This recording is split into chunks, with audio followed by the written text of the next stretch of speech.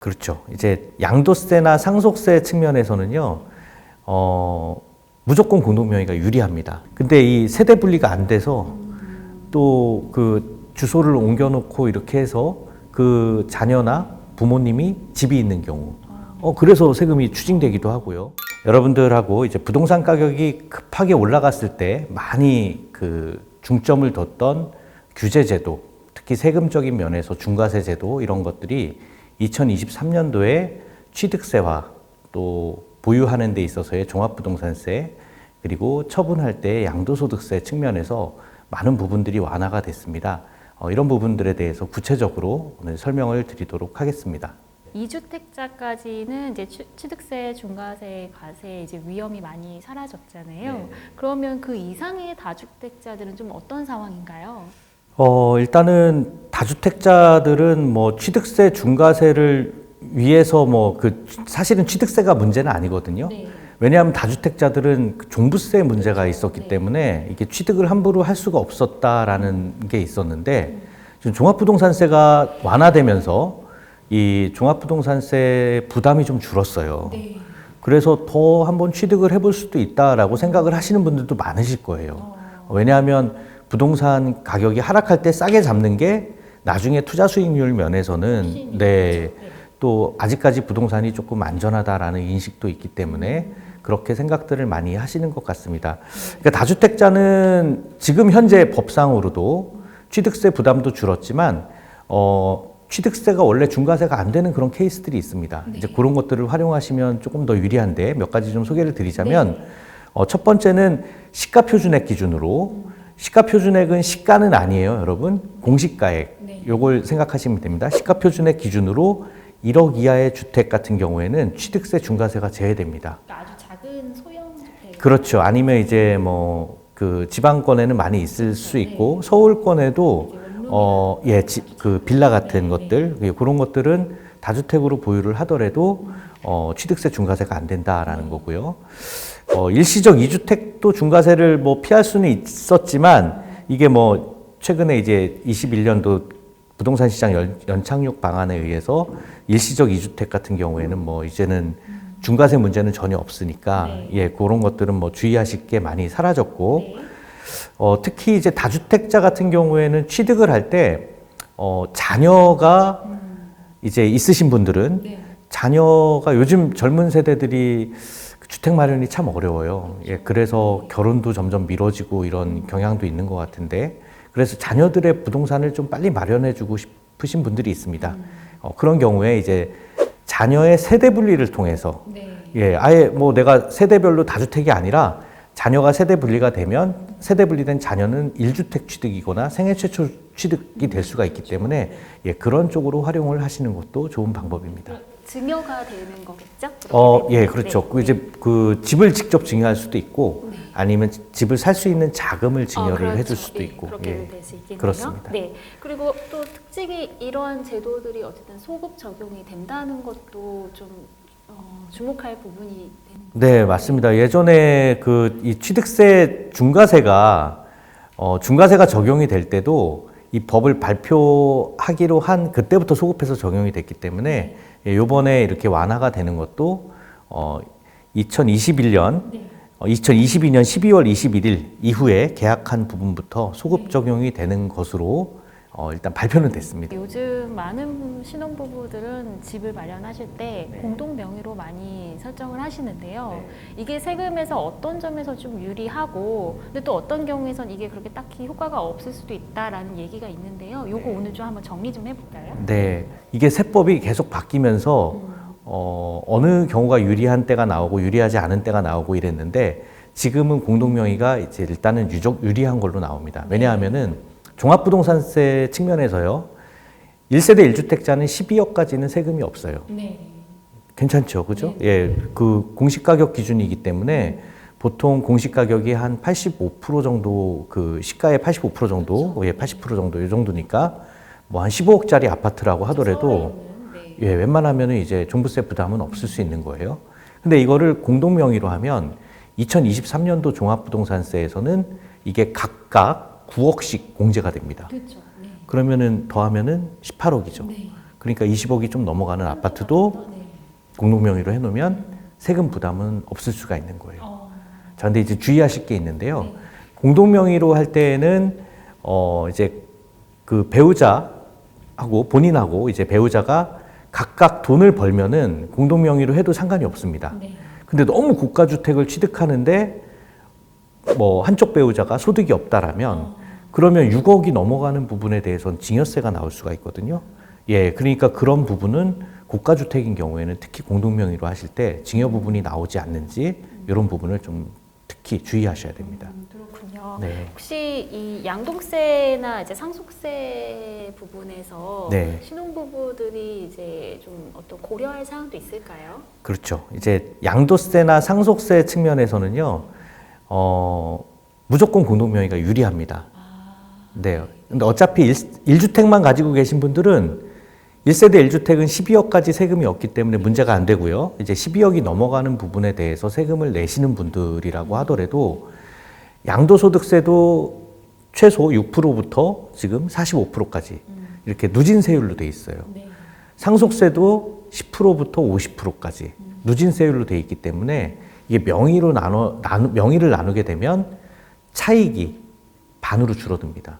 그러니까 각각 낮은 데 걸릴 세금이 늘어난다는 얘기죠.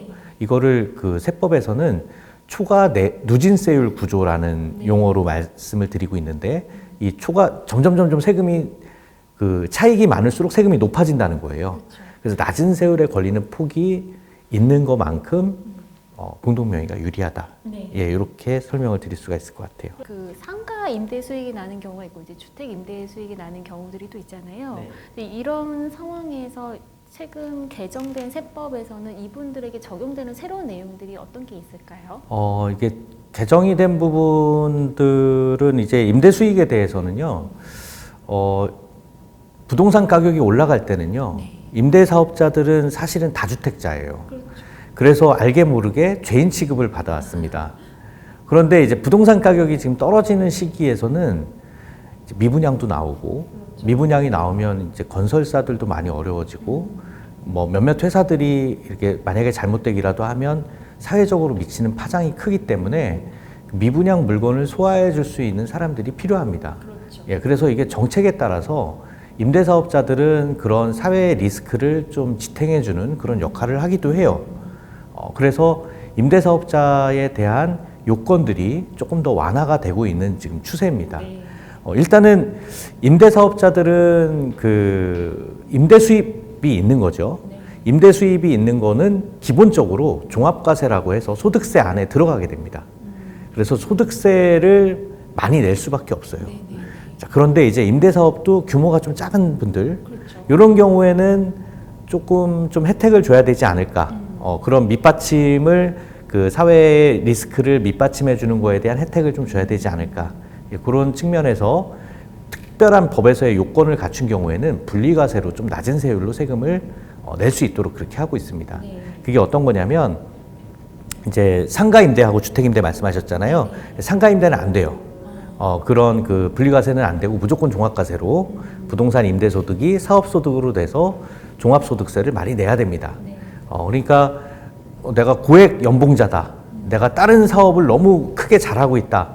하시는 분들은 상가 소득이 있으면 세금이 그만큼 더 많은 거죠. 네. 근데 이제 내가 고액 연봉자고 다른 소득도 많이 있지만 내가 주택 임대를 조금 해보고 있는데 그 금액이 많지 않다. 그 많지 않다라는 기준이 얼마냐면 세법에서는 연간 2천만 원으로 보고 있습니다. 그러니까 월세 기준으로 보면은 한 150 정도?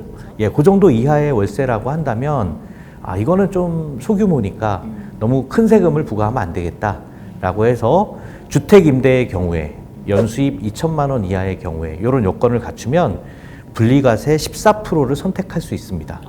예, 그래서 이제 소득이 많거나 하신 분들은 이런 주택 임대 사업자를 소규모로 하시면서 세금을 좀 낮출 수 있는 그런 절세 방법이 있을 수가 있는 거죠. 저희가 부동산을 사고 팔 때 그 1세대 1주택일 수도 있고 일시적 2주택일 수도 있는데요. 이때 각각 양도세, 절세 전략이 어떻게 될 수 있는지 좀 상황에 따라 한번 살펴보겠습니다. 예, 대부분의 우리 그 대한민국의 모든 가정들은 1세대 가장 큰 비과세 중에 하나입니다. 네.